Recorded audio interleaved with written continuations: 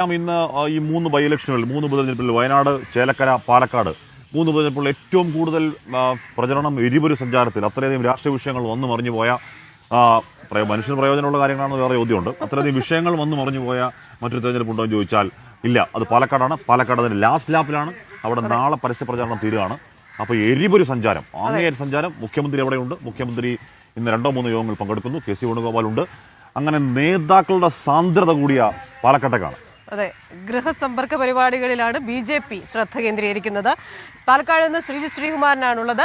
Sreejith, very very very good morning. അതായത് 2 പേര് അവർ വിശ്വസിച്ചിരുന്ന പ്രത്യയശാസ്ത്രത്തിൽ നിന്നും മാറി ചിന്തിക്കുന്ന കാഴ്ച നമ്മൾ കണ്ട ഒരു മണ്ഡലമാണ്. ഇന്ന് മുഖ്യമന്ത്രിയുണ്ട്, KC വേണുഗോപാൽ ഇവിടെയുണ്ട്. BJP വീടാന്തരം കയറിയുള്ള പ്രചാരണത്തിന് നേതൃത്വം കൊടുക്കുമെന്ന് അറിയുന്നു. ഇന്നത്തെ പാലക്കാടൻ വാർത്തകൾ. Very very very very very good morning Christina. എന്തായാലും കൽപ്പാത്തി അവിടെ തന്നെയാണ് ഉള്ളത്. നമുക്കൊന്ന് കൽപ്പാത്തി തെരുവുകളിലൂടെ നടക്കുന്ന സമയത്ത് രാഷ്ട്രീയമൊക്കെ വളരെ വളരെ ഗംഭീരമായി ചർച്ച ചെയ്യുന്ന ഒരു മേഖലയിലൂടെ തന്നെയാണ് നമ്മൾ നടക്കുന്നത്. കൽപ്പാത്തി രഥോത്സവം കഴിഞ്ഞു. ഇപ്പോൾ ഇനി രാഷ്ട്രീയ ചർച്ചകൾക്കാണ് അഗ്രഹാര തെരുവീതിയൊക്കെ സാക്ഷ്യം വഹിക്കുന്നതെന്ന കാര്യത്തിൽ യാതൊരു തർക്കവുമില്ല.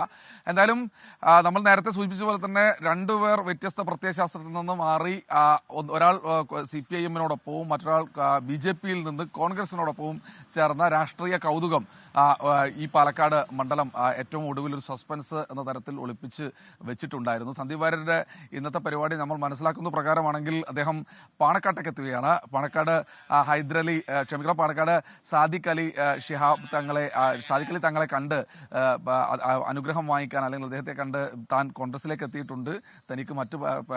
തന്നോട് മറ്റു പിണക്കങ്ങളൊന്നും ഉണ്ടാകരുത്, താൻ ഇനി എന്താ പറയുക, സ്നേഹത്തിന്റെ കടയിലേക്ക് ആ കച്ചവടക്കാരനായിട്ട് താനുണ്ട് എന്ന് പറഞ്ഞ് ഫലിപ്പിക്കാൻ വേണ്ടി അദ്ദേഹം അങ്ങോട്ട് പോവാണെന്ന് പറയുന്നുണ്ട്. അതുകൂടാതെ അതാണ് പ്രധാനപ്പെട്ട ഒരു കാര്യം ഉണ്ടാവുക. അതിനുശേഷം ഉച്ചയോടുകൂടി ഇങ്ങോട്ട് തിരിച്ചെത്തി ഇവിടെ രാഹുൽ മാങ്കൂട്ടത്തിന്റെ തെരഞ്ഞെടുപ്പ് പ്രചാരണ പ്രവർത്തനങ്ങളിൽ സജീവമാകുമെന്ന് അറിയിച്ചിട്ടുണ്ട്.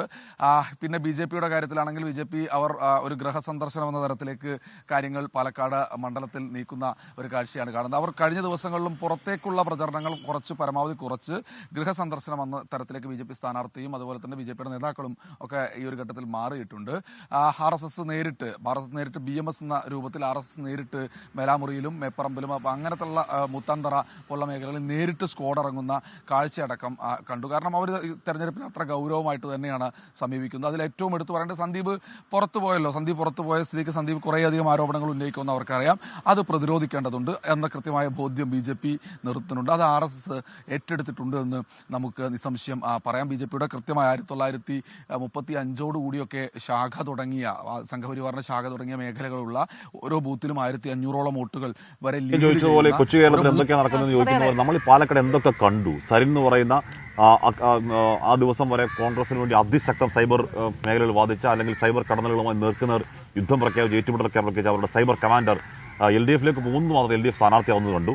ഈ മിനിഞ്ഞാന്ന് വരെ സന്ദീപ് വാര്യർ ആഞ്ഞടിച്ചുകൊണ്ടിരുന്നത്, കോൺഗ്രസിനെതിരെയും BJP-ക്ക് വേണ്ടി ആഞ്ഞടിച്ചുകൊണ്ടിരുന്ന സന്ദീപ് വാര്യർ ഇന്നലെ കോൺഗ്രസ് ക്യാമ്പിലേക്ക് പോയി BJP ഒരു വർഗീയ പ്രശ്നമാണ് എന്നൊക്കെ പറയുന്നു. സന്ദീപ് വാര്യർ ഇനി മുതൽ കോൺഗ്രസിന്റെ നാവായി മാറുന്നു. എന്തൊക്കെ പാലക്കാട് കണ്ട ട്വിസ്റ്റിന് കയ്യും കണക്കുമുണ്ടോ? ഇനി ബാക്കി വരാനുള്ള ദിവസങ്ങൾ എന്തെങ്കിലും ട്വിസ്റ്റ് ഉണ്ടോ?